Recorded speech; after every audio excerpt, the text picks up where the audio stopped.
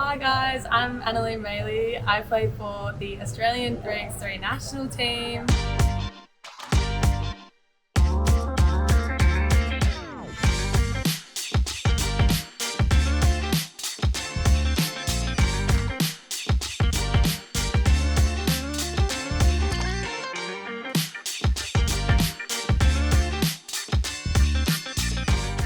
How has FIBA Asia been for you so far?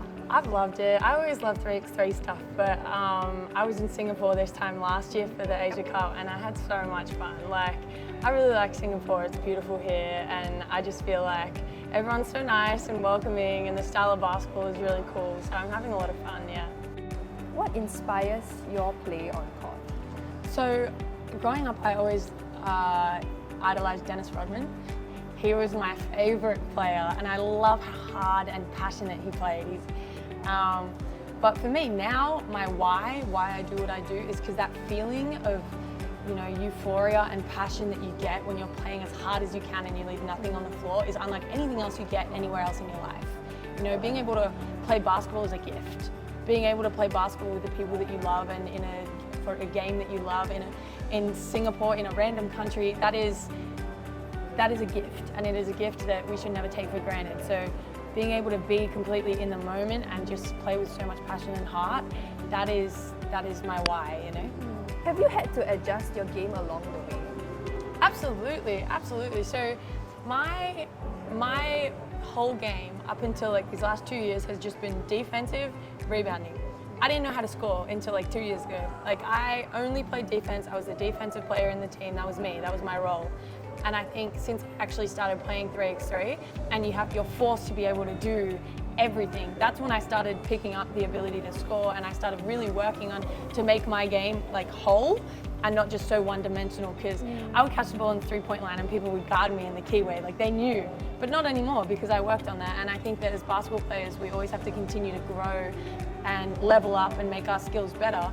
And so I would say in terms of adjustment, I'm always adjusting my game so people have to guard me in different ways and they don't know what to expect.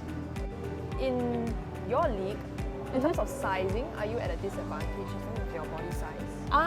No, I wouldn't say so. I play a three-man, so I'm a 2-3, I'm a shooting guard. So I'm quite tall for a shooting guard, I'm quite tall for a three-man, and I'm slight, but I'm very strong. Strong, yeah, for I'm sure. very strong, so and I'm quick, so I think that I also have the view that it doesn't matter what your body looks like. Basketball isn't affected by the way your body is, it's affected by your skill level and what happens up here. So if you ever have someone telling you that you should be a certain size, they're lying to you. You don't need to be bigger, you don't need to be smaller, you don't need to be skinnier, you don't need to be larger, you don't need to be anything else other than what your body is. That's exactly how you should be. So I know I've always been slight and I've always been thinner, but I think that's just me and that's my body, but what matters more is my skill level and my basketball IQ, and that's never held me back. You really love 3x3, right? I love it. The defense and the quick pace. And it's so passionate. We play with so much passion. 10 minutes on. I love it. You leave it all on the floor and it's just, it's part of what makes me so happy, yeah. Actually, what type of preparation do you do before a game?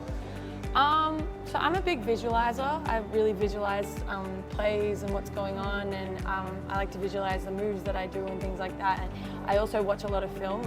The team that we play, I usually watch their games over and over, so I try and figure out people's tendencies. And then it's also a lot of body and mind preparation. I make sure my legs are ready to go. I make sure that I'm hype and ready to go. So it's a lot of making sure in here is focused, and then making sure my body is prepared to go too. Yeah. I'm gonna ask, how is your training schedule like? And are there people who do maybe full-time work and maybe part-time basketball?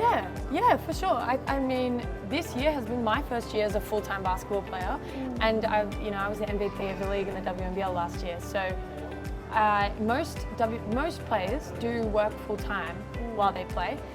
There is a handful of really lucky people that get to play full-time, and I'm really blessed that I'm able to play full-time now. My training schedule is usually from about 7:30 in the morning till 12. And then I use the second half of the day to recover and rest. And I still do my own graphic design stuff because I like to keep my brain active. But I train, 6 out of the 7 days a week. I'm in the gym a lot. I spend a lot of time weightlifting and doing my conditioning and stuff. And it's not just the on-court skills, it's making sure I'm doing physio, nutrition, all that stuff. It's a full-time job being an athlete, and in Australia now it's better. I would say 50% of athletes get to be full-time athletes, and 50% maybe have to do some work. But for the most part, like, it's all day we're being athletes. Being an athlete, even when you do work full-time, you never stop being an athlete. You have to make the right choices, you have to eat the right food, you have to make sacrifices in your social life, you have to make sacrifices in your family life. It's all about sacrifice, but that's why it's so rewarding. So what's the next step in your journey?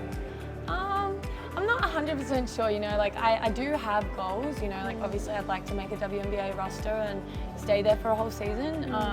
I'd love to go to an Olympics, but for me, I try to just be in the moment. So at the moment, what I'm focusing on is winning a medal at the Asia Cup, winning a gold medal, like I like to small goals and focus on what's right in front of me, so that would be it, yeah.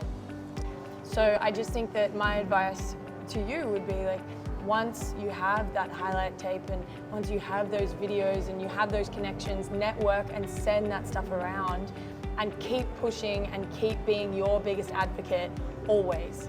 You stand up for you be your biggest advocate, and there's no such thing as a ceiling. Thank you so much, Singapore, for supporting us. Appreciate it. Thank you, Singapore.